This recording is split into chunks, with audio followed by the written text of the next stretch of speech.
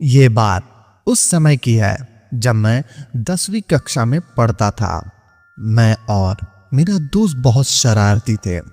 एक दिन हम सभी दोस्त एक स्कूल में खड़े बात कर रहे थे।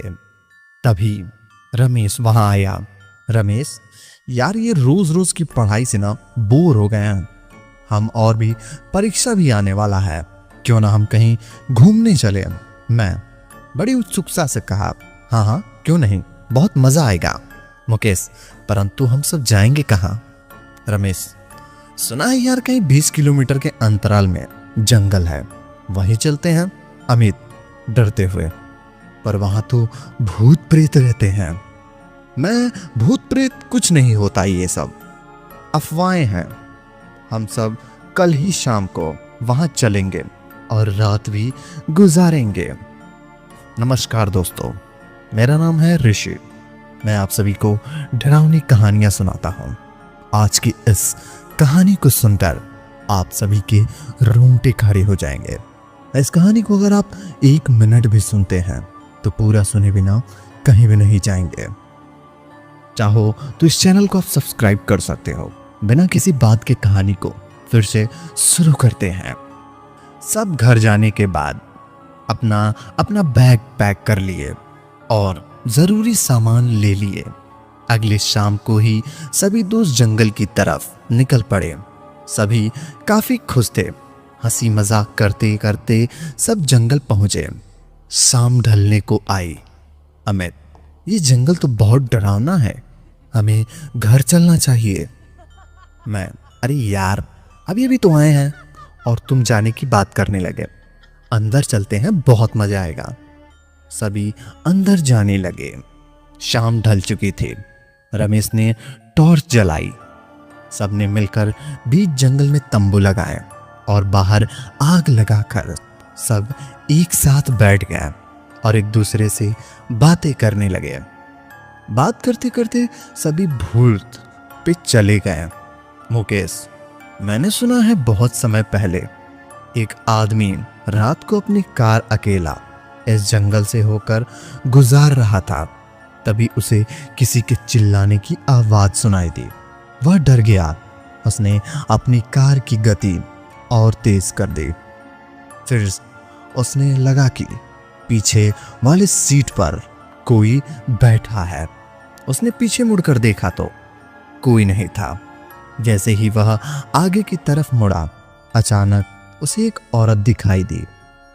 उस औरत ने गाड़ी को तेजी से रोका। वह औरत आकर कहने लगी कि मैं बगल के गांव की रहने वाली हूं, क्या आप मुझे छोड़ देंगे? उस व्यक्ति ने डरते हुए कहा, ठीक है, बैठ जाइए। गाड़ी आगे बढ़ाई। जब वह गांव के समीप पहुंचा, पूछा कि आप इतनी रात को जंगल में क्या कर रही थी? औरत ने कहा, जवाब नहीं दिया। जब उस व्यक्ति ने पीछे मुड़कर देखा, वह दंग रह गया, क्योंकि वहां कोई औरत नहीं थी। वह समझ गया कि कोई और ही चुड़ैल थी। वह तेजी से गांव की तरफ भागा। उसी ने यह सारी बात गांव में बताई। हम सब को डर लगने लगा था। सब शांत होकर उसकी बातें सुन रहे थे। सभी दोस्त सोने चले गए। रात काफी बीत गई। जंगल में अंधेरा ही अंधेरा छाया हुआ था। अजीब अजीब सी आवाजें आ रही थी। आधी रात को मुकेश रमेश के पास गया। मुकेश, रमेश, रमेश, रमेश, क्या हुआ? इतनी रात को तुम यहां क्या कर रहे हो और घबराए हुए क्यों हो? मुकेश, वो अमित। रमेश चौंक कर, क्या हुआ अमित को? मुकेश, अमित मेरे पास सोया था। जब मेरी नींद खुली तो वो वहां नहीं था। रमेश, वह यहीं कहीं होगा। मुकेश, मैंने सभी जगह देख ली, वो यहां कहीं नहीं है। तभी बाहर किसी के चलने की आवाज सुनाई दी। मुकेश, ये आधी रात को कौन टहल रहा है? कहीं अमित तो नहीं? रमेश, चलो चलकर देखते हैं। रमेश अपने बैग से टॉर्च निकालता है। दोनों अमित को ढूंढने लगे, लेकिन अमित कहीं नहीं दिखा। रमेश और मुकेश के पास आया और मुझे सारी बात बताई। हम सब बहुत डर गए। रमेश रोते हुए, ये सब मेरी गलती है, मैंने ही सबको जंगल में लाया हूँ, मेरी ही सारी गलती है। मैंने और मुकेश ने किसी को तरह से सहानुभूति कराई। मैं अमित को कुछ नहीं होगा, हम साथ आए हैं और साथ ही जाएंगे, हम सब मिलकर अमित को खोजेंगे। मुकेश, हाँ, अब देर नहीं करनी चाहिए, समय कीमती है। सभी अमित को ढूंढने चल पड़े। अमित को ढूंढते ढूंढते हम सब बहुत दूर चले गए। वहां गांव से बहुत तेज हवा चल रही थी, डर भी लग रहा था। तभी हमें वहां से किसी के गुजरने का एहसास हुआ। हम सब ढूंढते लगे। हमें लगा शायद अमित हो जो हमारे साथ मजाक कर रहा है। हम सब ने आवाज लगाई, अमित, हमें पता है तुम ही कहीं न कहीं हो, सामने आ जाओ, देखो ये मजाक करने का समय नहीं है। लेकिन कोई जवाब नहीं आया। तीनों दोस्त उसे ढूंढने लगे। वहां छाया, फिर क्या दिखा, राजेश, देखो वहां पर कोई है। मैं, चलो उसका पीछा करते हैं, शायद इसी से हमें अमित के बारे में पता चल जाए। तीनों उसका पीछा करने लगे। रात बहुत ज्यादा हो गई थी, कुछ भी सही से दिख नहीं रहा था।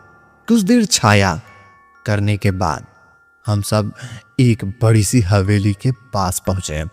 तभी मुकेश का पैर किसी चीज से टकराया। छाया ने पीछे मुड़कर देखा और आगे बढ़ गया। वह हवेली की तरफ जाने लगी। मुकेश, तुम सबको क्या लगता है, अमित यहां आया होगा? मैं, यह तो नहीं पता, किंतु हमें इस हवेली के बारे में जरूर देखना चाहिए। राजेश, कहीं ऐसा तो नहीं कि जिस तरह से हम इस छाया का पीछा करते करते यहां तक आए, उसी तरह अमित भी आ गया हो? मैं, हाँ, हो सकता है, हमें अंदर चलना चाहिए। तीनों अंदर गए। जैसे ही हवेली का दरवाजा खोला तो बहुत सारे बच्चे वहां भागने लगे। हम सब वहीं छुप गए। पक्षियों के जाने के बाद अंदर गए। अंदर जाते ही दरवाजा बंद हो गया। हम सब घबरा गए। मुकेश दरवाजे को जोर जोर से पीटने लगा। कौन है? किसने दरवाजा बंद किया? खोलो, दरवाजा खोलो। हमारे पास अंदर जाने के सिवा किसी भी कोई रास्ता नहीं था। मैंने आग का मसाल जलाया, आगे बढ़ने लगे। हम सब अलग अलग होकर ढूंढने लगे। तभी मुकेश जोर से चिल्लाया, भागो भागो, और राजेश पास पहुंचे। मुकेश कमरे में खड़ा था। जब हम सब उसके पास पहुंचे, हम सब दंग रह गए। उस कमरे में खून से लथपथ शीर ही था। इसी तरह से किसी रूप में लाशें, हाथ पैर दिख रहा था। सभी घर खोज के, किंतु हमें कुछ नहीं मिला, न ही अमित का पास पहुंचने का कोई मार्ग। हम सब परेशान होकर बैठ गए।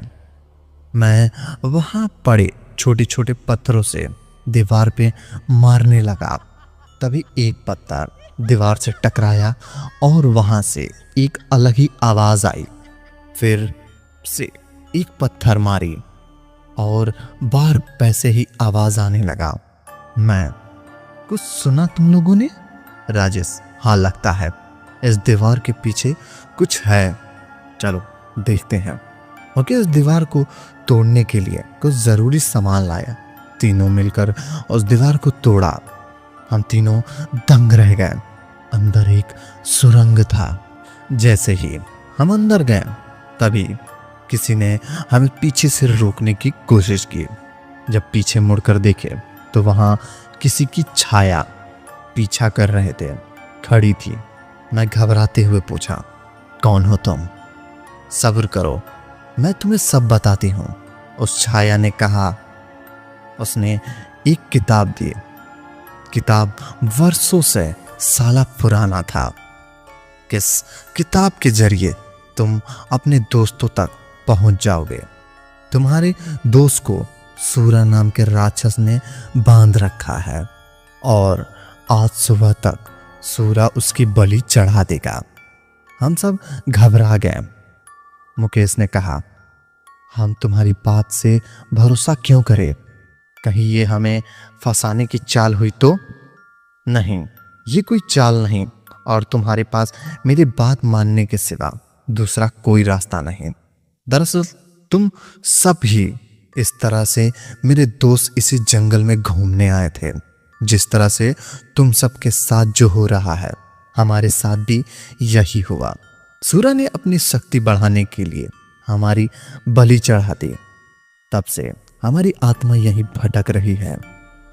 अब तुम्हें कुछ ही करना होगा, ऐसा उस समय कहा। तुम सब जब अंदर जाओगे तो रास्ते में सारी रुकावटें आएंगी, किंतु तुम्हें पीछे मुड़कर नहीं देखना होगा, अन्यथा तुम्हारी वहीं पे मौत हो जाएगी। तभी मैंने पूछा, हम अमित को बचाएंगे कैसे? तुम सब जब जाओगे तो तुम्हें सूरा के कक्ष में जाना होगा। उसके बाद मैं तुम्हें आगे की योजना बताऊंगा। हम तीनों निकल पड़े। रास्ते में अजीब अजीब सी आवाजें आ रही थी।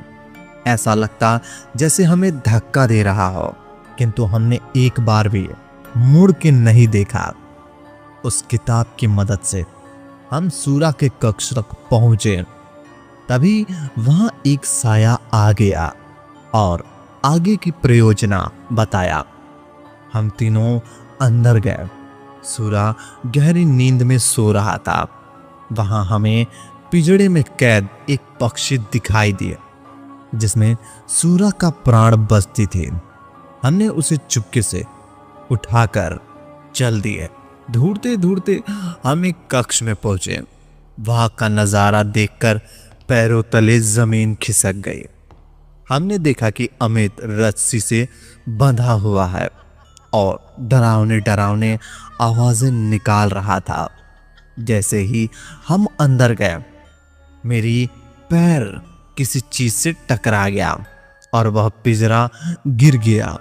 सूरा को इस बात का आभास हो गया। हमने साया के कहे अनुसार उस पक्षी को जैसे ही मारने गए, सूरा वहां आ गया और उसने हम सब पर हमला कर दिया। मुकेश राजेश सूरा से लड़ने लगे। मैं वहां से चुपचाप निकलकर पिंजड़े को ढूंढने लगा। आखिरकार वह पिंजड़ा हमारे हाथ आ ही गया। मैंने उनसे पक्षी से निकालकर मार डाला। सूरा वहीं गिर पड़ा।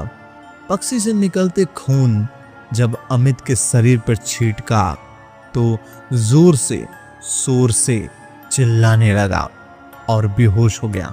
तभी अचानक से तेज रोशनी चारों ओर फैल गई और जब रोशनी कम हुई तो हमने देखा कि सब अपने तंबू में आ गए हैं। अमित की ठीक हो गया। सुबह होते ही हम सब अपने घर चले गए। यह कहानी अब समाप्त होती है। दोस्तों, आपको यह कहानी कैसे लगी कमेंट करके बताएं। ऐसी ही और डरावनी कहानी सुनने के लिए मेरे वीडियो को लाइक और चैनल को सब्सक्राइब कर लीजिए, ताकि हमारी आने वाली कहानियां सबसे पहले आप तक पहुंचे। धन्यवाद।